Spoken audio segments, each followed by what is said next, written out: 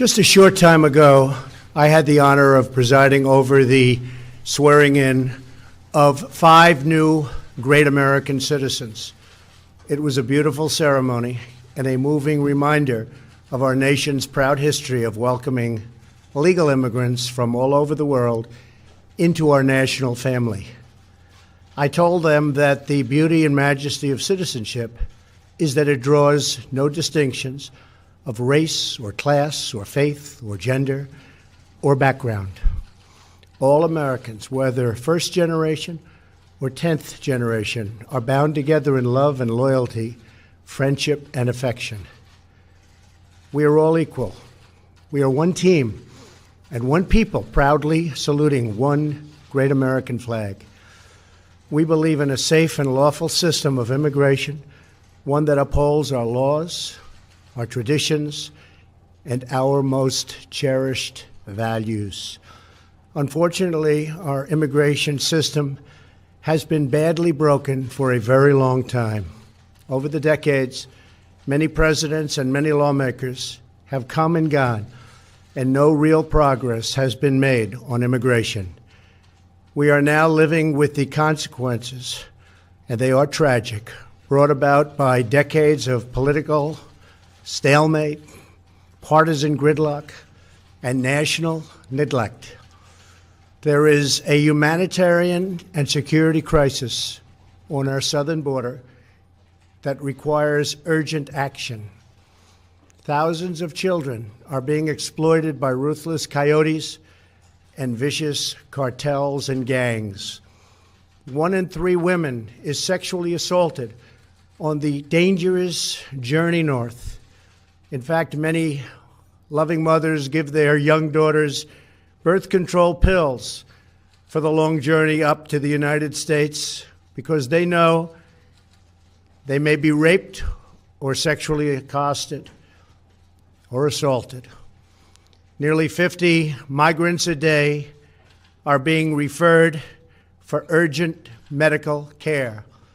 Vast quantities of lethal narcotics are flooding through our border and into our communities, including meth, cocaine, heroin, and fentanyl.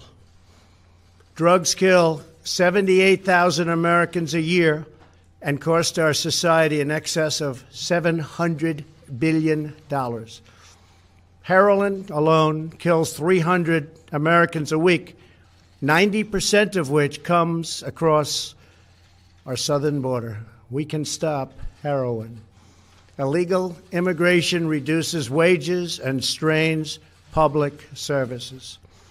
The lack of border control provides a gateway, a very wide and open gateway, for criminals and gang members to enter the United States, including the criminal aliens who murdered a brave California police officer only a day after Christmas. I've gotten to know and love angel moms, dads, and family who lost loved ones to people illegally in our country. I want this to end. It's got to end now. These are not talking points. These are the heartbreaking realities that are hurting innocent, precious human beings every single day on both sides of the border. As a candidate for president, I promised I would fix this crisis, and I intend to keep that promise one way or the other. Our immigration system should be the subject of pride, not a source of shame, as it is all over the world. Our immigration system should be the envy of the world, not a symbol of disunity and dysfunction. The good news is these problems can all be solved, but only if we have the political courage to do what is just and what is right.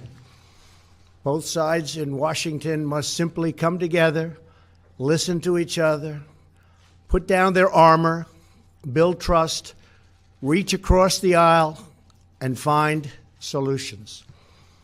It is time to reclaim our future from the extreme voices who fear compromise and demand open borders, which means drugs pouring in human trafficking, and a lot of crime.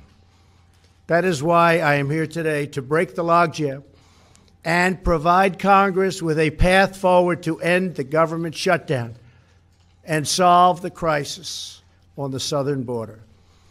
If we are successful in this effort, we will then have the best chance in a very long time at real bipartisan immigration reform. And it won't stop here. It will keep going until we do it all. The proposal I will outline today is based on, first and foremost, on input from our border agents and Homeland Security professionals, and professionals they are. They know what they're doing. It is a compassionate response to the ongoing tragedy on our southern border. In recent weeks, we have met with large numbers of Democrat lawmakers to hear their ideas and suggestions. By incorporating the priorities of rank-and-file Democrats in our plan, we hope they will offer their enthusiastic support, and I think many will. This is a common-sense compromise both parties should embrace. The radical left can never control our borders. I will never let it happen. Walls are not immoral. In fact, they are the opposite of immoral because they will save many lives and stop drugs from pouring into our country. Our plan includes the following: $800 million in urgent humanitarian assistance, $805 million for drug detection technology to help secure our ports of entry, an additional 2,750 border agents and law enforcement professionals, 75 new immigration judge teams to reduce the court backlog of, believe it or not, almost 900,000 cases. However, the whole concept of having lengthy trials for anyone who sets one foot in our country unlawfully must be changed by Congress. It is unsustainable.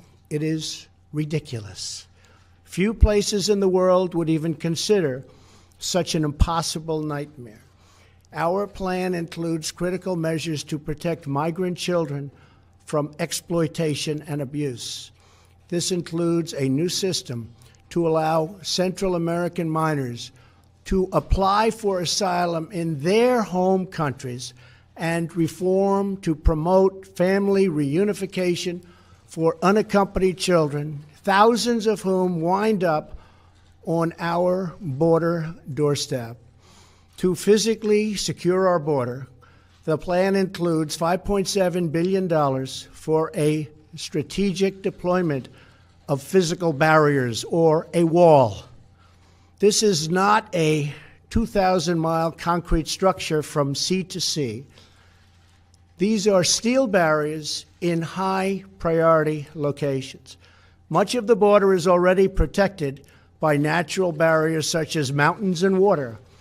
We already have many miles of barrier, including 115 miles that we are currently building or under contract.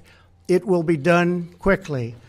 Our request will add another 230 miles this year in the areas our border agents most urgently need. It will have an unbelievable impact.